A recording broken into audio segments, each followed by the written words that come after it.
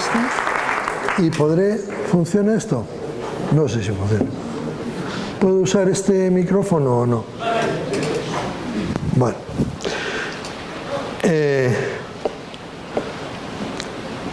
Gracias por la presentación. Desde luego lo de que me hicieran ilustre de Vizcaya es lo más gracioso que me ha pasado en la vida. Pero bueno.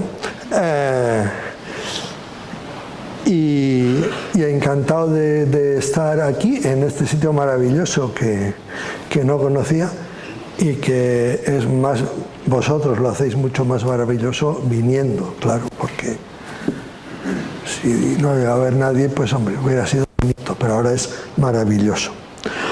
Bueno, el biofísico en la cocina. Yo soy biofísico o bioquímico, según, claro.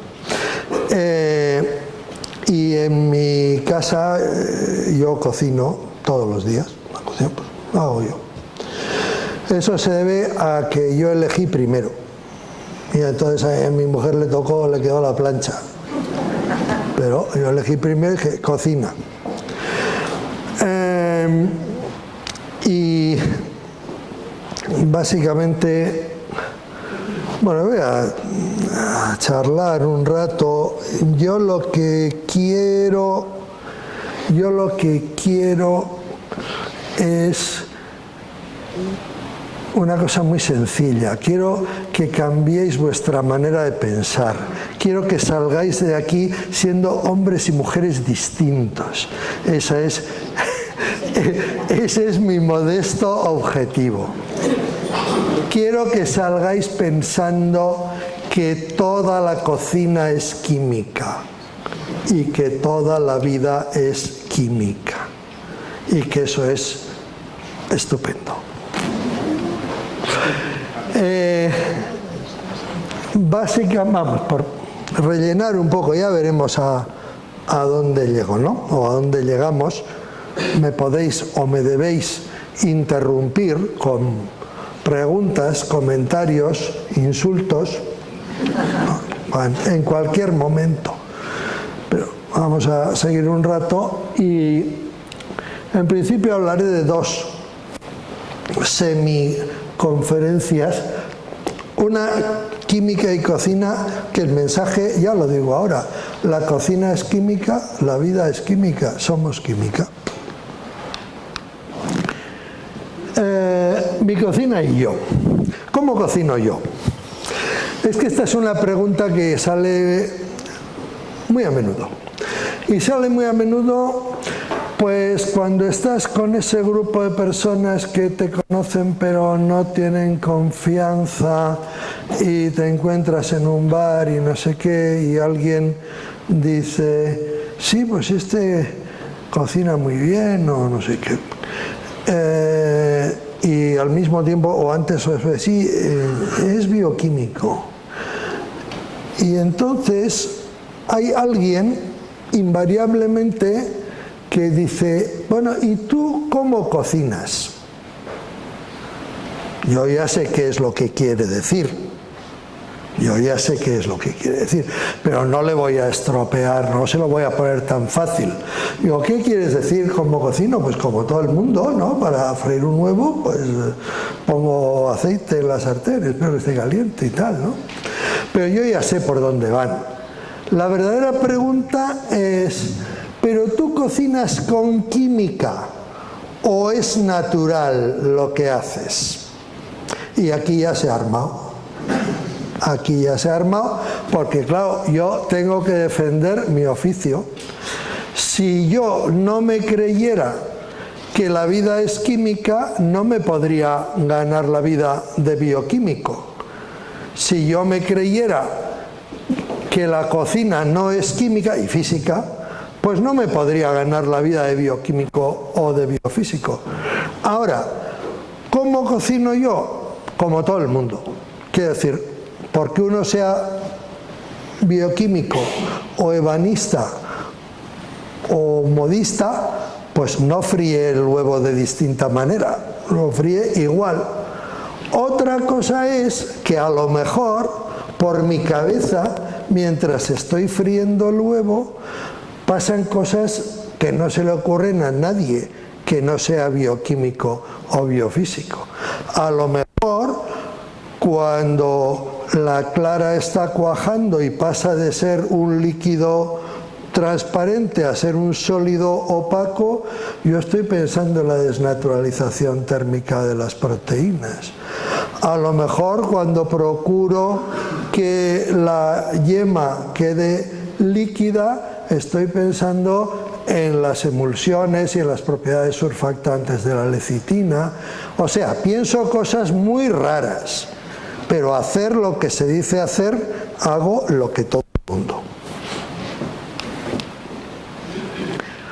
Qué rico claro, este trozo de foie, y sin embargo yo estoy viendo una cosa que pocos aquí están viendo.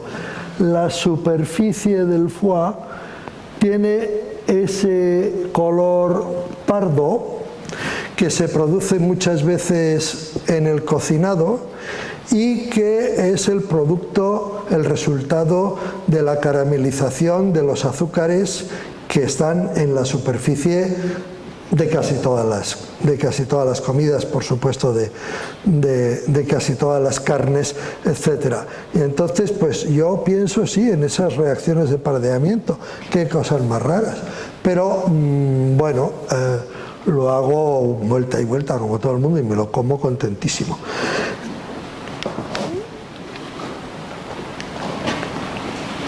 Por lo tanto, repaso. ¿Cómo cocino yo? Como todo el mundo, aunque tenga pensamientos impuros mientras tanto. Segundo, y esto es lo que, con esto me voy a poner un poquito pelma. La ciencia no está en contra de la cocina tradicional. No está en contra de la cocina tradicional. En todo caso, nos sirve para hacerla un poquito mejor. Un poquito mejor. ¿Por qué se alteran tanto esos que me preguntan a ver cómo cocino yo, a ver si cocino con química?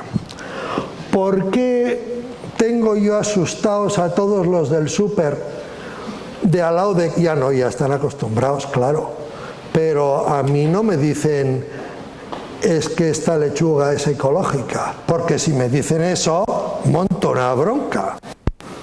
O, más divertido todavía, es que esta lechuga es biológica. Pues claro, no va a ser de plástico. ¿Cómo no va a ser biológica? ¿Hay alguna lechuga que no sea biológica o qué? ¿Qué disparates estamos diciendo? Bueno, todas esas cosas. La carne, que también el no sé qué, el vino no sé cuánto. No me cuente cuentos chinos. ¿Cómo va a haber vino sin química?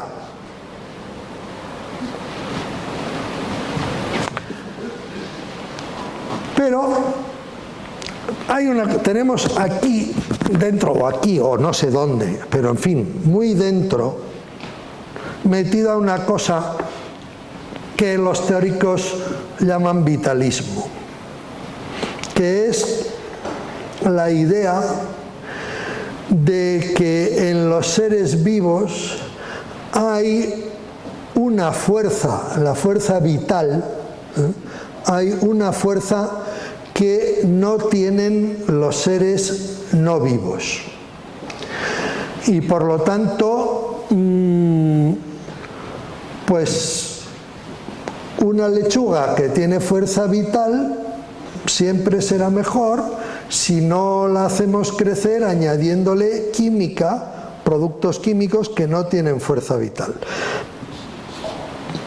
Hacia 1830, Wöhler sintetizó una molécula orgánica, la urea, calentando una molécula inorgánica, el isocianato amónico. Ese experimento solo ya demuestra que la fuerza vital no existe, porque a partir de una sustancia inorgánica y con calor se obtiene una sustancia orgánica. Mucho más tarde, hacia 1950, Severo Ochoa y Marianne Grünberg-Managow consiguieron fabricar ácidos nucleicos en un tubo de ensayo. Si eso no es la muerte del vitalismo, pues ya me lo contará usted, porque claro, los ácidos nucleicos, la base de nuestros genes, etcétera, etcétera, y los sintetizan por métodos químicos en un tubo de ensayo, pues ya me contará usted qué queda del vitalismo. Pues a pesar de todo, la lechuga biológica, la gallina sin no sé qué, en fin, bueno. ¿Cuál es la...? Es inocuo, es una manía inocente, esto de la lechuga ecológica. Pues según, claro, si no me la cobraran 3 veces más que la no ecológica, si no me dieran de premio un par de limacos por el mismo precio, pues me daría igual. Pero no, es que me la cobran 3 veces más con agujeros de limaco y a veces con el habitante allí agazapado. Pues yo, sinceramente, no le veo la ventaja.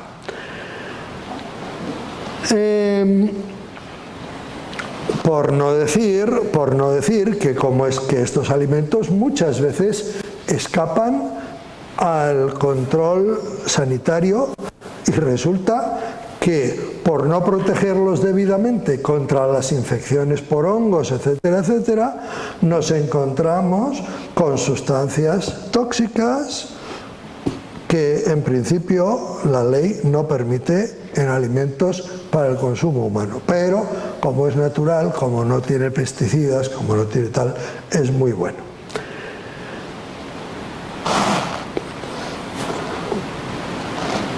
Aquí somos víctimas de un espejismo o de varios.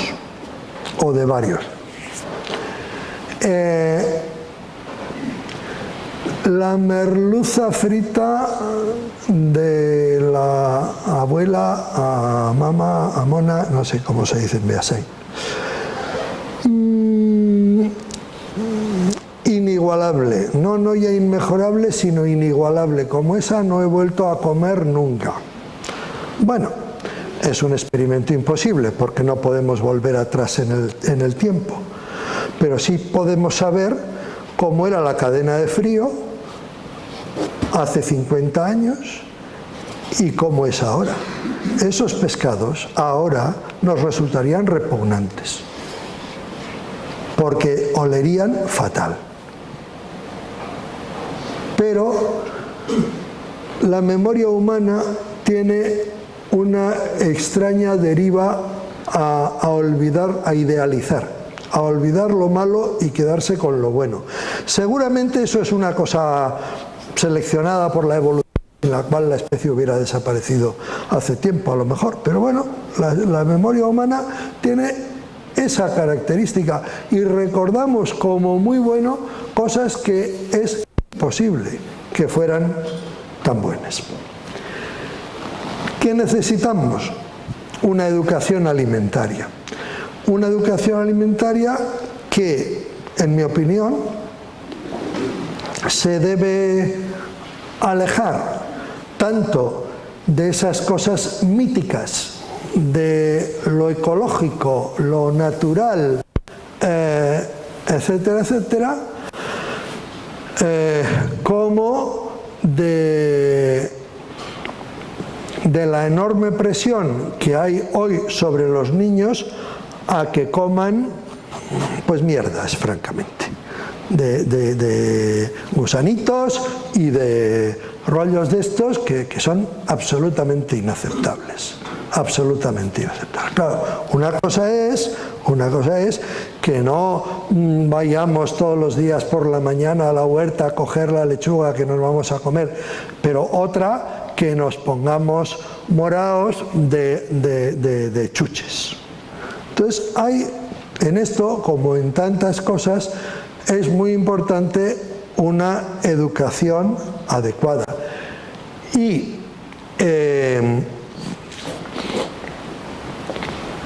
una educación que empieza en casa. Lamento decir, empieza como todos los aspectos importantes de la educación, todos, sin dejar uno, todos los aspectos importantes de la educación empiezan en casa.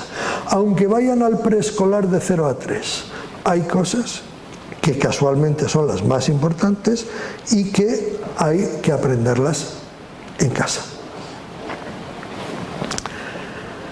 Me vais a perdonar un momento porque sí, bueno. Voy a contar ahora una pequeña anécdota de cómo la ciencia, la química más dura, nos puede ayudar a comer mejor. O, en el mejor de los casos, nos puede explicar por qué hay una serie de cosas que nos gustan muchísimo, como les gustaban a nuestros padres, a nuestros abuelos. ¿Por qué? Vamos a ver. ¿Por qué tienen tanto éxito las legumbres con algún componente de cerdo? Con algún componente de carne. ¿Por qué? Eso es una cosa que de generaciones se viene comiendo, ¿no? ¿Por qué las alubias con chorizo? Un poquito de chorizo. Parece que sin el chorizo las alubias pierden la gracia.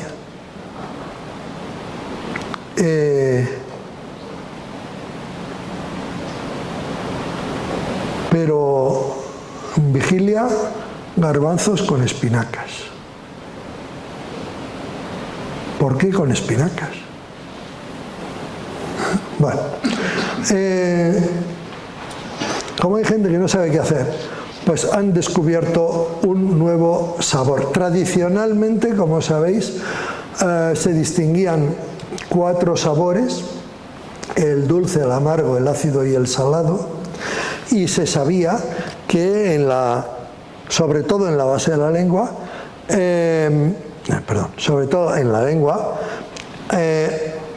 había receptores para cada uno de esos 4 sabores, y tenemos unos más y otros menos, esa es la verdad, pero tenemos una serie de sabores para el sabor dulce, para el sabor salado, para el sabor ácido, para el sabor amargo.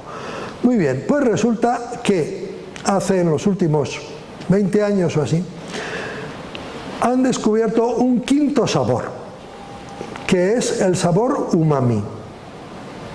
Umami es una palabra japonesa que significa, por lo visto, delicioso. ¿Y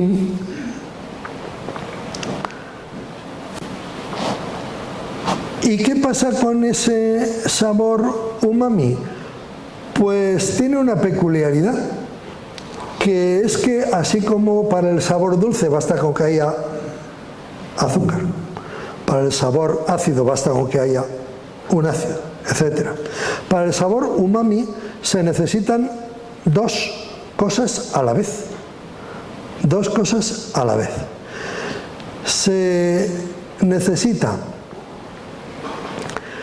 ahora voy a decir algunos nombres raros, pero bueno, no hagáis caso. Se necesita ácido glutámico o glutamina, son 2 aminoácidos. Están muy abundantes en las legumbres. Ácido glutámico o glutamina en cantidades grandes. Y al mismo tiempo, pero en cantidades que basta con que sean mucho más pequeñas, se necesitan nucleósidos fosfato. Y los nucleósidos fosfato los encontramos en las carnes, y particularmente en las carnes secas, en las carnes curadas, en los fiambres. Fijaros qué casualidad, que la combinación del glutamato, de los garbanzos o de las lentejas o de las alubias y una pequeña cantidad de los nucleósidos fosfato del chorizo o del codillo, produce esa explosión de sabor que llamamos umami. Por cierto, no hay que ir tan lejos. Los aficionados a la fast food pues pueden tener sabor umami con una pastilla de ave creme, porque la diferencia del caldo de ave creme al de verdad, o una diferencia, es que con la primera cucharada se llena la boca de sabor, pero se llena la boca de sabor, que además tarda mucho en desaparecer. ¿Por qué? Porque lleva las dos cosas. Lleva glutamato y lleva extracto de carne. El extracto de carne, que es verdad que lleva extracto de carne, aporta esos nucleósidos fosfato, y el glutamato pues aporta el glutamato, con lo cual entre los dos se origina ese sabor umami. Bueno, simplemente esto es una pequeña contribución de la ciencia a explicarnos por qué ciertos platos son interesantes y a lo mejor nos pueden ayudar a inventar otros platos, sabiendo que mientras utilicemos componentes ricos en glutamato o glutamina y componentes en más pequeña cantidad ricos en nucleósidos fosfato, pues vamos a triunfar, en pocas palabras.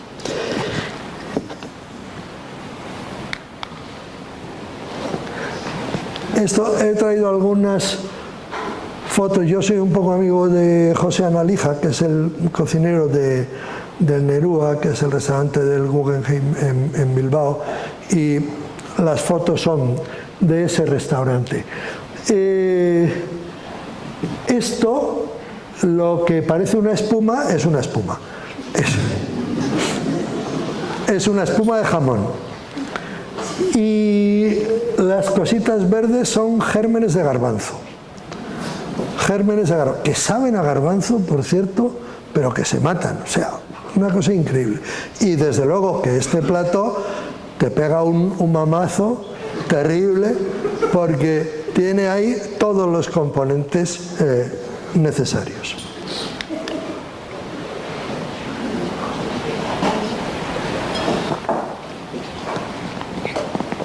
La bioquímica como fundamento de la tecnología de alimentos. Primero, ¿a qué me refiero con tecnología de alimentos?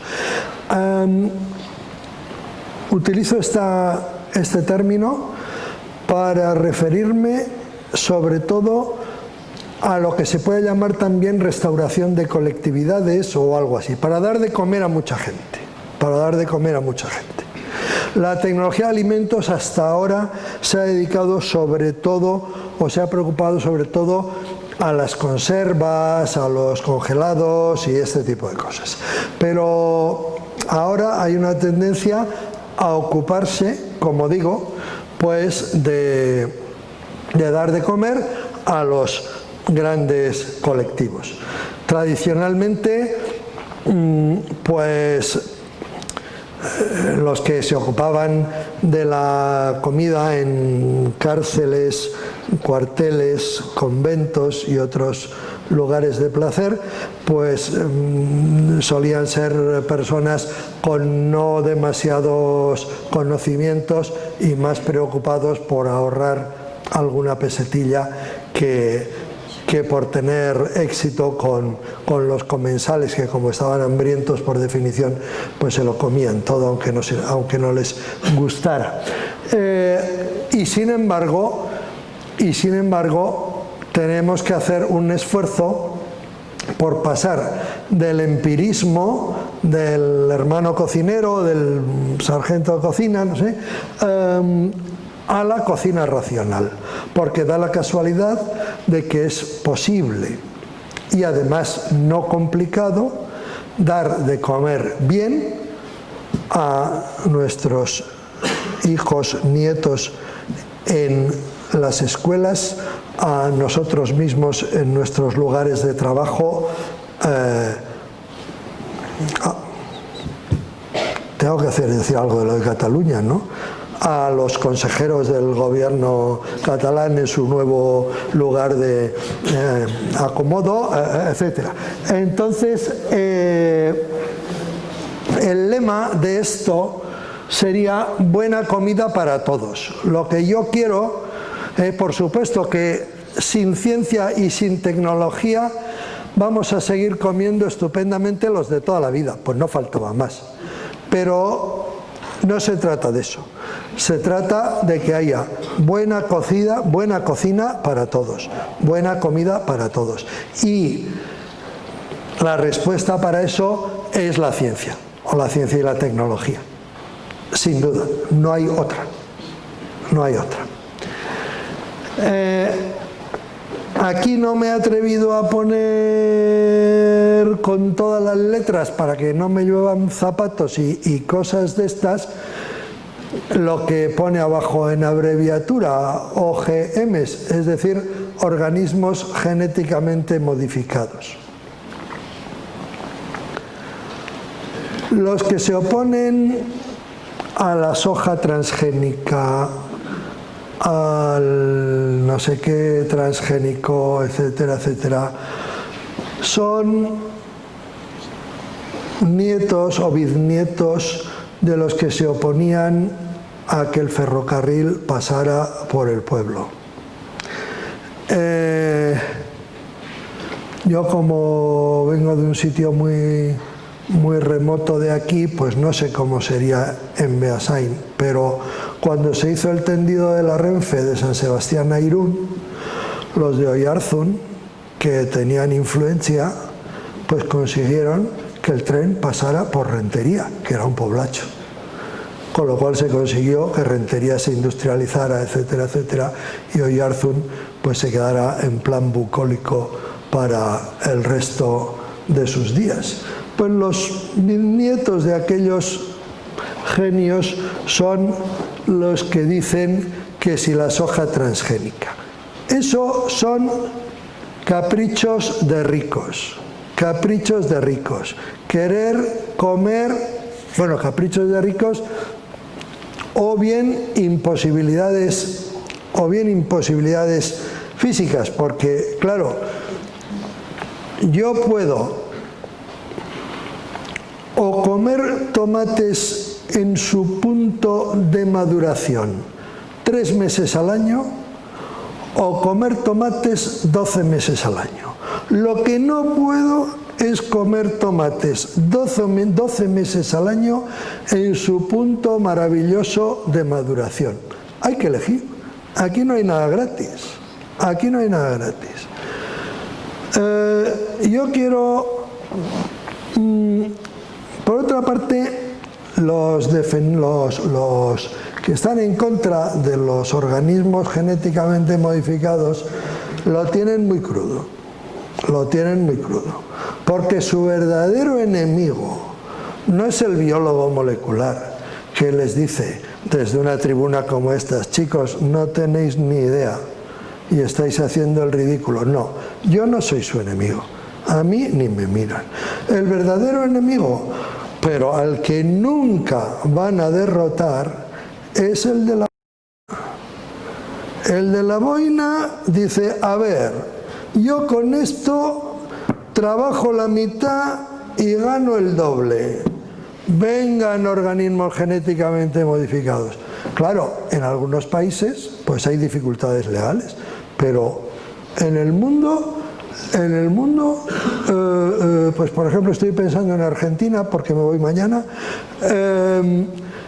Es que el área de tierra cultivada con organismos genéticamente modificados aumenta de una manera vertiginosa de año en año. Y nos encontramos, los que están en contra de estas cosas y que... Bueno, los que están en contra de estas cosas, que que son primos hermanos de los que dicen que las ondas de telefonía móvil dan cáncer, y etcétera, etcétera. Todos esos son una familia muy unida. Pues se ponen muy serios y me dicen: es que la ciencia no ha demostrado que las antenas sean inocuas. Y digo, claro, la ciencia no puede demostrar que una cosa no ocurre. El método científico tiene limitaciones, como todos los métodos. El método científico puede demostrar con increíble rigor que A es la causa de B, pero no puede de ninguna manera demostrar que A no es la causa de B. Entonces, demuéstreme que los organismos genéticamente modificados son inocuos. Eso se lo podrá demostrar un mago o alguien así, pero un científico no. La ciencia tiene limitaciones. Naturalmente que tenemos suficientes y suficientísimos datos para tratar con confianza las semillas genéticamente modificadas. ¿Por qué? Porque lo dicen los fabricantes. Ese es el verdadero motivo por el que tenemos que tener confianza. Porque lo dicen, ¡qué tontería! Esos están a ganar dinero. Claro, exactamente, exactamente. Están a ganar dinero. Y han metido cientos de millones de dólares en el maíz transgénico y en la soja transgénica, y saben perfectamente que el día que haya un accidente de transferencia de genes no deseada, por ejemplo, se les acabó el chollo y han perdido todo el dinero que habían metido, todo el dinero. Yo, curiosamente, me creo mucho lo que dicen estas personas que tienen muchísimo que perder. No es un argumento científico, claro, ya he dicho que argumento científico no hay. Voy a dar ahora un ejemplo en el que se cruzan la ciencia y la cocina, y que consiste simplemente en darse cuenta de que la cocina es una predigestión. O sea, en la cocina hacemos lo mismo que durante la digestión, solo que un ratito antes, de manera que la digestión resulta muy facilitada. Y lo hacemos así con los principales grupos de alimentos. Con los carbohidratos, con el almidón de la patata, de la pasta, de yo qué sé, del pan. Lo que hace la digestión es, con la saliva, hidrata el almidón. Tiene algunos enzimas que cortan el almidón en cachitos, y luego en el intestino delgado, fundamentalmente, pues el almidón se corta en más cachos. ¿Qué hacemos el pan? Bueno, el pan no lo cocinamos en ese sentido, pero ¿qué hacemos con la pasta? ¿Qué hacemos con el arroz? Exactamente lo mismo. Lo cocemos, con lo cual lo hidratamos, o lo dejamos a remojo por la noche antes de, pues sí, porque lo que queremos es hidratarlo, y al mismo tiempo, al cocerlo, se rompen en cachos las moléculas de almidón, que son enormes. Por lo tanto, con los azúcares hacemos en la cocina lo mismo que en el tubo digestivo. Con las proteínas, idem de lienzo. Con las proteínas lo que hacemos es que normalmente las desnaturalizamos calentándolas. Normalmente no comemos la carne cruda, la comemos poco hecha, pero no cruda. No comemos casi nunca los pescados crudos. Generalmente los cocinamos con calor.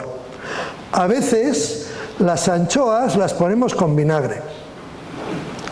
Hacemos exactamente lo mismo. O un bioquímico diría, o por calor o por bajo pH, estamos desnaturalizando las proteínas de las anchoas.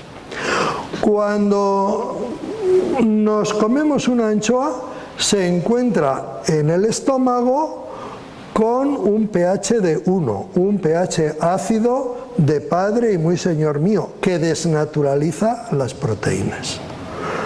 Y por lo tanto, lo que hacemos al calentar, al freír, al asar, al poner en una vinagreta, etcétera, lo que estamos haciendo es desnaturalizar proteínas, lo mismo que hace el tubo digestivo. Con las grasas, esto está relacionado con lo que diré un poco a continuación. Con las grasas, bueno, pues en el estómago básicamente se dispersan un poco, se hacen cachos más pequeños, se mezcla un poco con el agua, pero se mezclan mal. Pero lo bueno es cuando en el intestino delgado se encuentran con la bilis que viene del hígado. La bilis básicamente es un detergente, como el BIM, es un detergente y hace las grasas solubles, las solubiliza, igual que el BIM cuando estamos fregando en la cocina. Son detergentes, el proceso físico es exactamente igual. Por lo tanto, lo que hace el tubo digestivo es hacer una emulsión de las grasas, separarlas en partículas microscópicas, y sobre esas partículas ya pueden actuar las enzimas que las cortan y las permiten ser absorbidas por el intestino. Por lo tanto, la cocina es una predigestión. Solo los humanos cocinan. Y la cocina fue un enorme impulso para la evolución de la especie humana, porque el hombre y la mujer tuvo que dedicar mucho menos tiempo a digerir. Es que cuando comían cosas crudas, la digestión se las traía.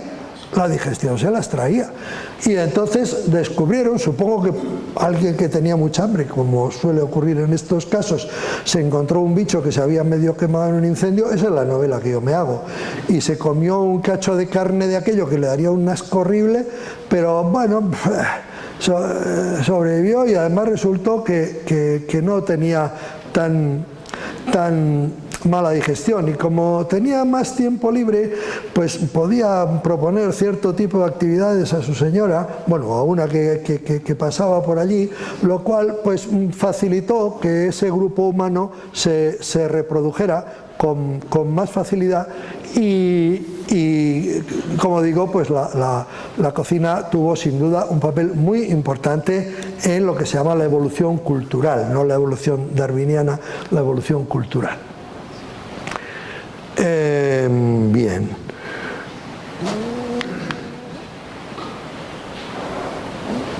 Brevemente, sobre todo estando tan cerca de Zumárraga, tengo que hablar de José María Busca y Susi, que era un genio. La bioquímica permite racionalizar los métodos culinarios. En su casa, no sé si en Zumárraga o en Ezquioga, pero yo tuve la oportunidad de hablar bastante con él, y él, que era licenciado en Ciencias Naturales, aplicaba ciertamente sus conocimientos científicos a la cocina y a la dietética. Él era desde luego un partidario de que todo el mundo comiera mejor y por poco dinero. Uno de sus famosos libros se llamaba Estire sus billetes en la cocina. Aquí todavía habrá quien se acuerde de aquel libro. Bueno, pues él nos dijo a 3 o 4 jovencitos, era el año 78, estoy casi seguro, nos dijo a 3 o 4 jovencitos hablando de la cocina y tal, dijo, el punto, ese famoso punto que ha hecho tan famosos a muchos cocineros, no existe. ¿Comor? Y con voz profética dijo, llegará el día en que se puedan definir parámetros físico-químicos de los alimentos y de los procesos de cocinado, de manera que cualquiera en cualquier momento pueda obtener el punto óptimo de cocción. Y hemos avanzado, aquello era una locura, pero hemos avanzado muchísimo en ese terreno.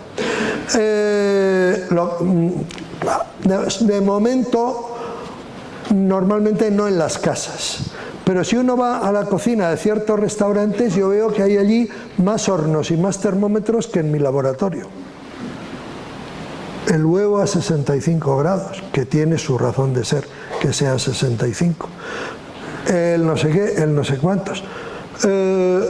Y claro, estos grandes cocineros además tienen proveedores que les proporcionan materias primas con unas características físico-químicas, ellos le llaman de otra manera, pero Busca les llamaría con unas características físico-químicas constantes, óptimas, de manera que al aplicar procedimientos idénticos sobre materias primas idénticas se consiguen resultados idénticos. El punto no existe.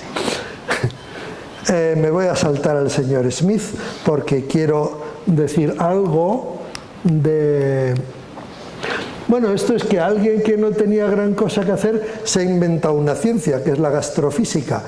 Y en Copenhague, en el 2012, pues unos cuantos desocupados fundamos allí la ciencia y la gastrofísica, el congreso y todo demás. Vale, bien. En realidad hay algo serio detrás, que es lo que he dicho, que es la aplicación de los métodos físico-químicos para que todos comamos mejor.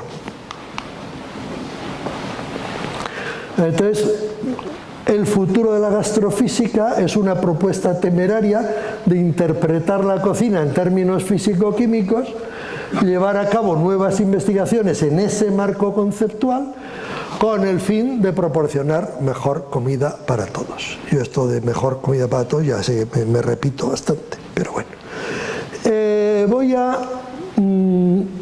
Este es un plato de Nerúa. ¿Por qué la yema de huevo está cocida a 65 grados? ¿Por qué a 65 y no a 60?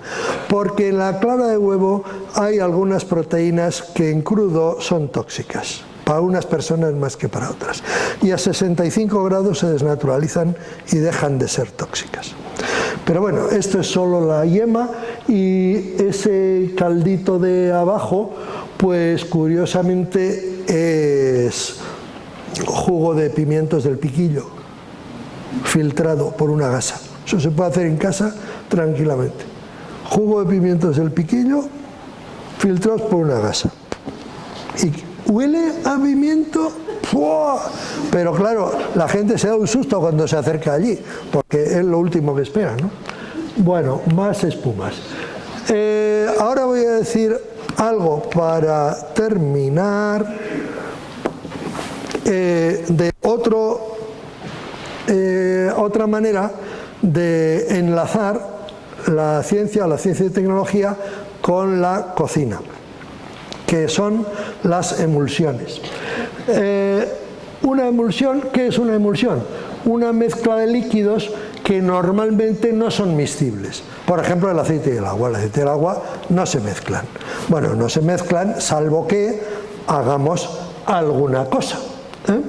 Entonces, siempre hay una fase continua, lo que hagamos una fase continua, y una fase dispersa, es decir, partículas partículas flotando en una fase dispersa. Y aquí encontramos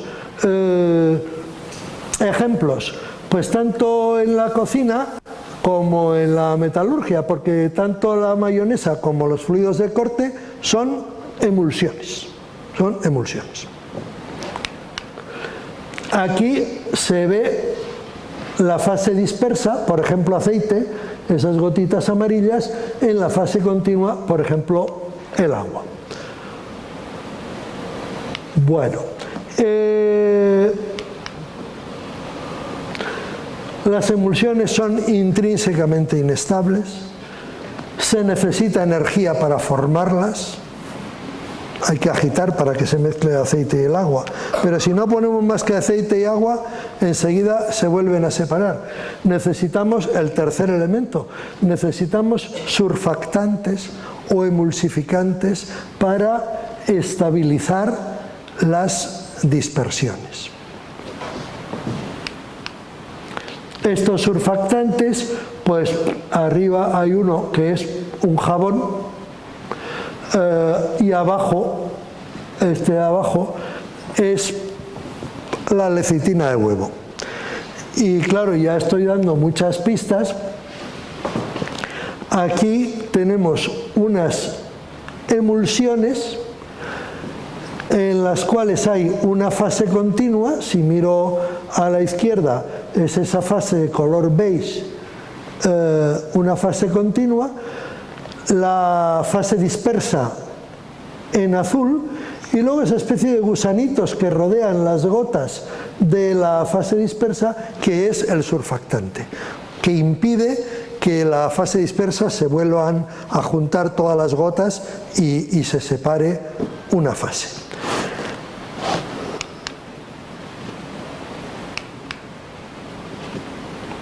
Entonces, en la cocina tenemos emulsiones basadas en agua a la izquierda, a la derecha basadas en aceite, pero siempre necesitamos los tres componentes: el aceite, el agua y el emulsificante. Bueno, la leche, ejemplo perfecto de emulsión, pues es la leche. 30 o 40 gramos de grasa por litro.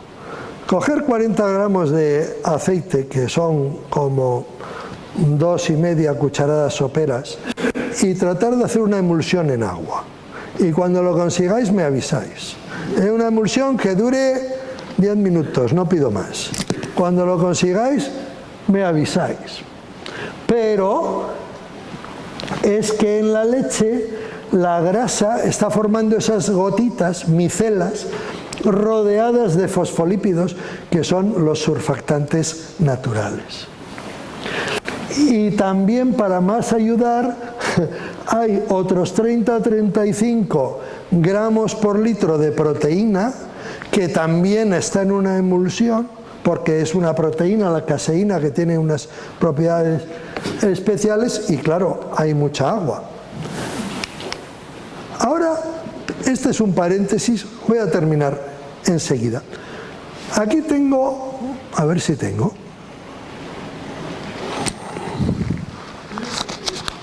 Bueno, aquí tengo 50 euros, que voy a regalar a quien conozca a uno de esos dos señores. Me basta con uno, ¿eh?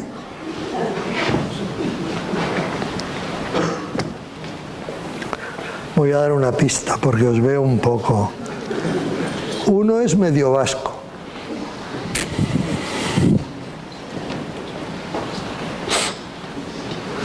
Lo siento, habéis tenido vuestra oportunidad. Yo había dejado ahí, evidente. Pues estos son dos lecheros ilustres. Dos lecheros ilustres. Dos premios Nobel. A la izquierda, Luis Federico Leloir. Su madre, Máxima Aguirre, Hortensia Aguirre, era de Iparralde, no sé si de Sibur o de por ahí. Padre francés, bueno, los dos en cierto modo eran franceses. Trabajó en Argentina, pero bueno, él tenía vacas y vendía leche en Buenos Aires. Y Leloir nunca tuvo el menor problema para conseguir medios para sus investigaciones, porque ganaba dinero vendiendo leche. Lord Rayleigh, el segundo director del laboratorio Cavendish de Cambridge, premio Nobel en 1904, decían que era el mejor físico de su época. No era, porque era contemporáneo de Maxwell, que era muchísimo mejor, pero claro, Maxwell era un genio y no entendían el trabajo de Maxwell. Pero bueno, este tuvo suerte porque se creían que él era el mejor. Bien, y le dieron el premio Nobel. Pues este es el de las famosas Rayleigh's Dairies, las lecherías Rayleigh. Otro que también se sacaba una pasta a cuenta de vender leche y nunca tuvo problemas para mantener su laboratorio. O sea que a lo mejor hay alguna conexión entre tener lecherías y que le den a uno el premio Nobel. Yo debo recordar que mi tío abuelo Zenón Urcelay se fue a Argentina y en Rosario también pues montó un tal con un lío de estos de vacas y de leches y tal, pero por el momento no me está surtiendo efecto el truco. Bueno,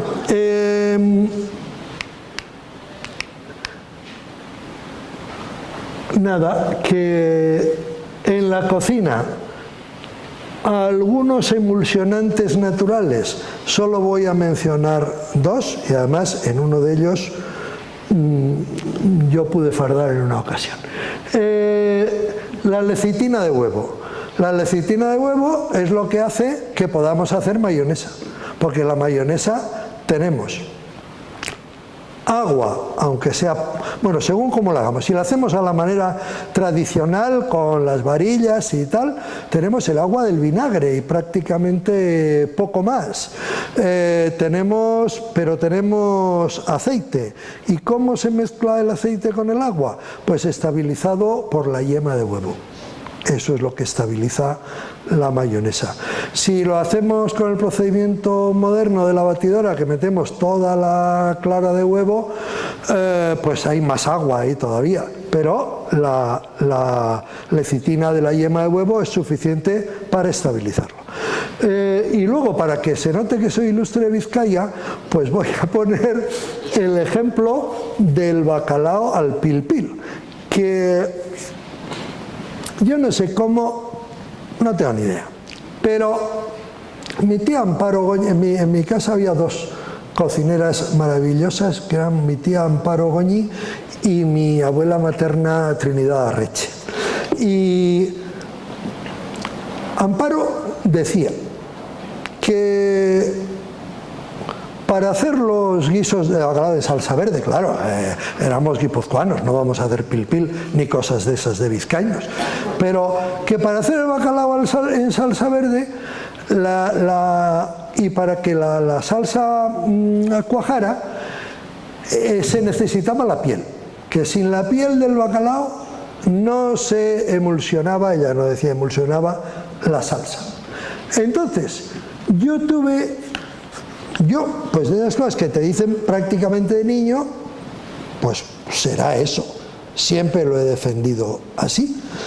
Pero surgió una discusión en un ambiente supuestamente docto en materias culinarias y alguien defendía que no, que era el ajo del bacalao, el ajo que se calienta sin llegar a freír del todo en el aceite del bacalao al pil pil, que era el ajo lo que hacía luego que la salsa ligara, y además apoyado por la opinión de Mocoroa, el farmacéutico y grandísimo cocinero. Yo como soy un insensato, dije no, es la piel. Y bueno, y alguien hizo el experimento, pero rigurosamente, con ajo, sin ajo, con ajo y piel, con piel sin ajo, no sé qué. Y el emulsionante está en la piel, está en las proteínas de la piel del bacalao. Bueno, todo esto es por darme el pegote, pero las proteínas de la piel del pescado son un elemento estabilizante de las emulsiones. Y yo creo que con esto, bueno, pues sí, esa es una emulsión que usamos con frecuencia. Y esto termino con esta imagen de Josean, que me hace mucha gracia, sobre todo para servirla en un restaurante de Bilbao, porque no es bacalao al pil-pil, es cebolla. La piel sí es de bacalao, pero lo que parece bacalao, y sabiéndolo uno se fija, es cebolla, y luego lleva, eso sí, un pil-pil hecho con las pieles del bacalao por abajo, una emulsión. Bueno, pues yo creo que con esto ya hemos cumplido. Yo hablando y sobre todo vosotros escuchando con cara de atención, que esto es una cosa muy difícil, pero es un arte que veo que domináis. Pues muchas gracias a todos.